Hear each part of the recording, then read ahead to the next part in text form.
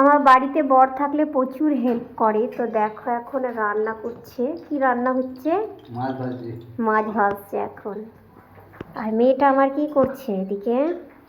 তো দেখি কি মাছ ভাজছে। বাহ, এত বড় বড়! বাহ, দাও সব খেয়ে নিচ্ছে।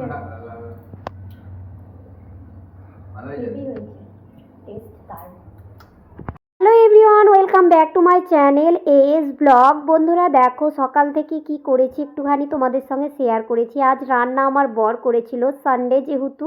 তো সানডেতে আমার বর বাড়িতে থাকলে সে ভালো মতো রান্না করে আমাকে খাওয়ায় আর ভীষণই ভালো লাগে।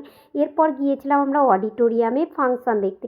ফাংশন দেখে এসেই দেখি যে গাছগুলোর অবস্থা ভীষণই আর কি খারাপ, তার কারণ জল লাগবে। তো গাছগুলোতে আজকে আমি পরিচর্যা করব।